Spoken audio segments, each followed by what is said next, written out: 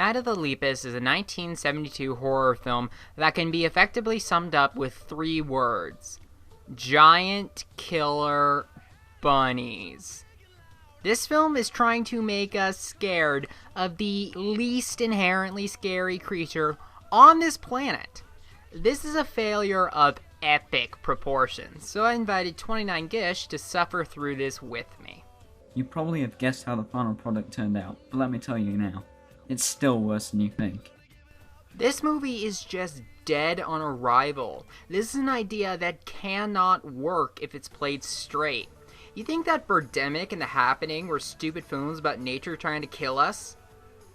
They are, but this is really stupid too. So mates, exactly how bad is this blunder from Down Under? Let's find out. This is Night of the Lepus.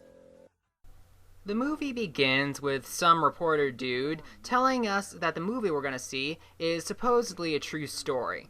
Clearly, this is an homage to Plan 9 from outer space. Oh please, this movie wishes it was Plan 9.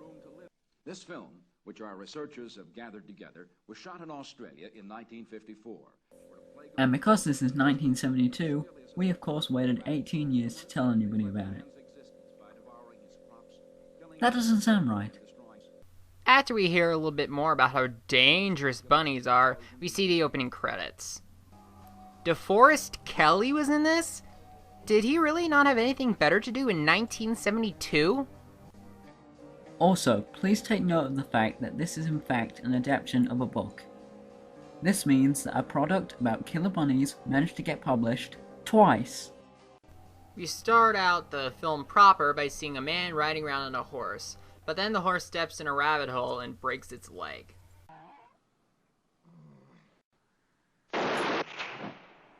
Oh dear lord. Not the horse.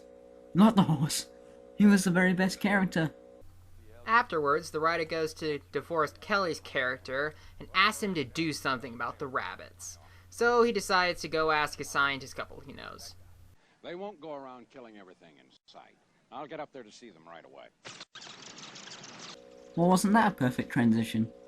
The scientist and his wife agree to try something, and on the way there, their daughter's assaulted by the horrors of obvious stock footage. At the lab, the scientists inject a special serum into one of the rabbits. Little do they know that the serum not only makes bunnies really vicious and huge, it spreads like wildfire among them. But tragically, two stupid kids act like two stupid kids, and not only does the infected rabbit get out of the lab, it is released into the wild. Yeah, every single death in this entire movie is because of these two. The very next scene, the group of adults is doing science-y stuff when they notice a very strange footprint.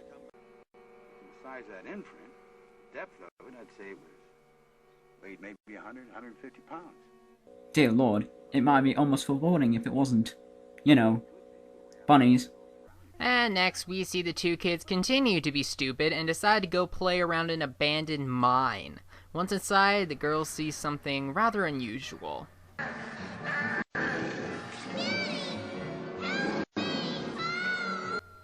Oh no, it's too stupid! Doctor? She'll be alright. Just a case of mild shock. Mild? What on earth counts as a moderate shock, seeing the tape in the ring? After that, we see a truck driver that gets assaulted, eaten, and killed by the bunnies. His reaction is nothing short of hilarious.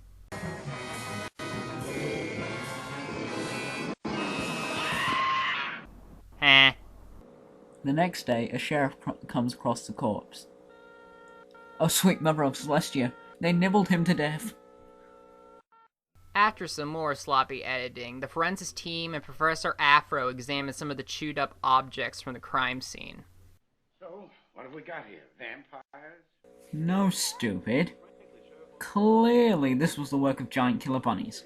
Or maybe it's Bunnicula. More dead bodies show up and the scientists talk about what to do. They debate on whether giant mutant bunnies might be involved. All we have to go on is what Amanda had to say. And that... Yeah, and the 6 dead bodies! The group decides to go to the mine and scope out the scene. Look around and make sure there aren't any others. Wow, guys. Just wow. Not only is that a terribly obvious green screen hole, but do they seriously not know what that looks like? Really? You're just asking for a bunch of tasteless jokes to be made. And now, my dear gentlemen and fair maidens, a selection of tasteless jokes. How far did those bunnies penetrate? Dang, the Earth must be lonely. It's like a desert down there. If these are what Earth's holes look like, I don't even want to know what the holes are like on the moon. Now you see, this is what happens when you walk in on Mother Nature. This is just great. The Earth got rid of its crabs just to get a case of bunnies. Well, what do you know? The Earth isn't round. It's a box. They hear bunnies in the mine and decide to blow them up. But first they decide to send a group in to bring out a live specimen. They come across the group of bunnies, though thanks to the green screen they may as well be in another dimension, and decide that it isn't worth the risk. But as it turns out, things aren't going so well outside either. Looks like somebody took a wrong turn at Albuquerque. Everyone manages to escape, and they blow the exits to the mine. Or do they? Of course they don't. We're like halfway through the movie. Now let's talk about the actual bunnies. The effects used to make them look bigger than they actually are mostly limited to miniature sets that they run around. When bunnies actually get close to the humans, the cinematography is mostly just close-ups so that they don't show both the human and the bunny in the same frame. This really screws up everything because we can't see what's happening. We can't really be scared of something we don't see in action, which is what... You do realize exactly what film you're analyzing, right? Good point. So all of the rabbits escape the mine and start running amok.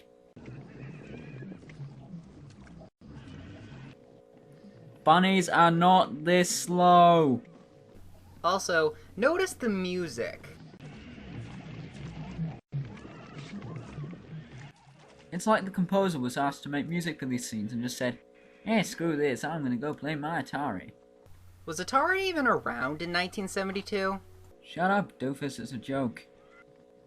Anyways, they arrive at the farm and then they set their sights on the group of horses. Hey bunnies, go not be scary somewhere else! After that, the bunnies do a lot of running around to the blue pink. Hold on, let me fix the music up here a bit.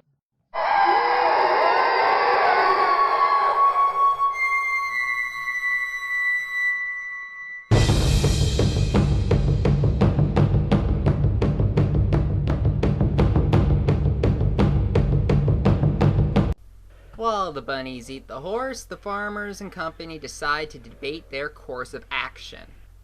Everybody decides to go into the cellar while our hero tries to make a phone call. But, wouldn't you know it, the lines are out. Then the bunnies decide to attack Car Guy. And here, my friends, I present to you, quite possibly, the most atrocious green screen shot you will ever see.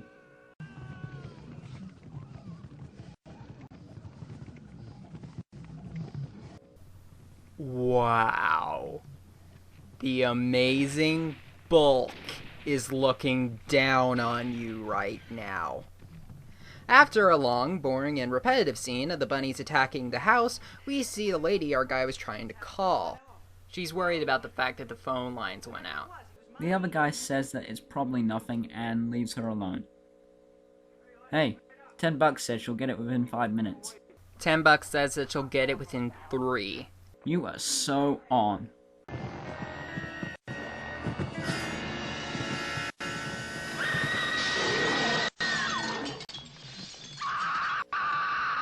Dang it. Her friend also bites the dust.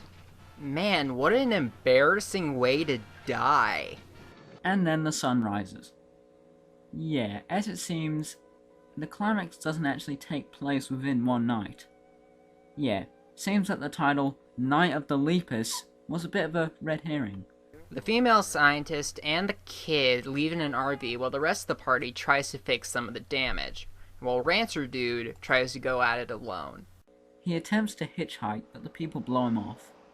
It turns out people aren't rushing to give a guy with a rifle a ride, so he just throws away his only weapon in the middle of a bunny apocalypse. To be honest, I'm just surprised that you managed to say that without laughing. Anyways, cut to the family who already screw it up and end up stuck in the dirt. He wanders through the bunny wasteland and then comes across the general store where his lady friend got killed. Holy cow.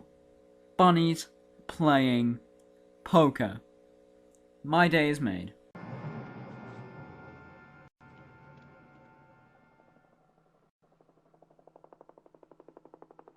Wait, they have a helicopter and they never thought to use it before now? Team Helicopter gets the help of the military for night 2. And now, it's time for a showdown of not at all epic proportions. Night falls and we begin Night of the Lepus, round 2. The bunnies head for the city. This is especially bad because an urban bunny massacre can just ruin your entire week. They decide that the best course of action is to lead them back to the train tracks and make them run on an electrical third rail. They need a blockade of cars, so they go to a drive-in movie theater to get some volunteers. Wait a minute, they're playing Tom and Jerry? What drive-in theater in the 70s plays Tom and Jerry? Not to mention that sign clearly said that we were going to see every little crook and nanny. Attention! There is a herd of killer rabbits headed this way and we desperately need your help. Roll up your windows. Turn on your lights and follow the police car at the entrance of the theater. Please keep calm and cooperate with the authorities. Do you read me? Really? They just accept that without any questions? Okay then. Maybe they're just really bored of watching an 8-second loop of a Tom and Jerry cartoon. Cut back to Wifey and the daughter who are still stuck. Naturally, the bunnies approach. I want you to get inside the camper, and I want you to lock the door, all right? Why? Rabbits can't use doors and all you're doing is locking yourself out.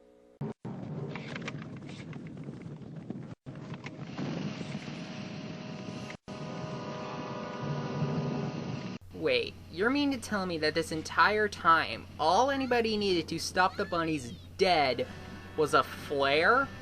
Was it really that easy?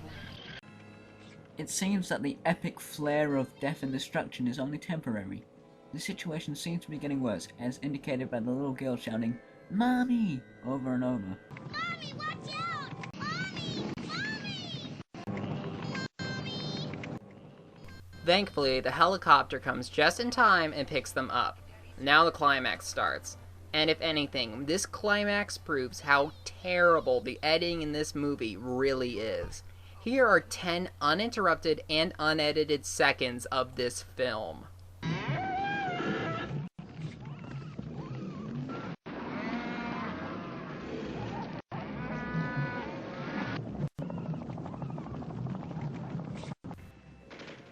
The bunnies slowly approach the train tracks. And I'm just gonna admit it, I really want them to win. But alas, the humans win and the plan goes off without a hitch. We watched like 5 straight minutes of bunnies getting killed, because that is what I want to watch at any given time. So the day is saved, the ecosystem balances out, and everything seems to be okay. Or is it?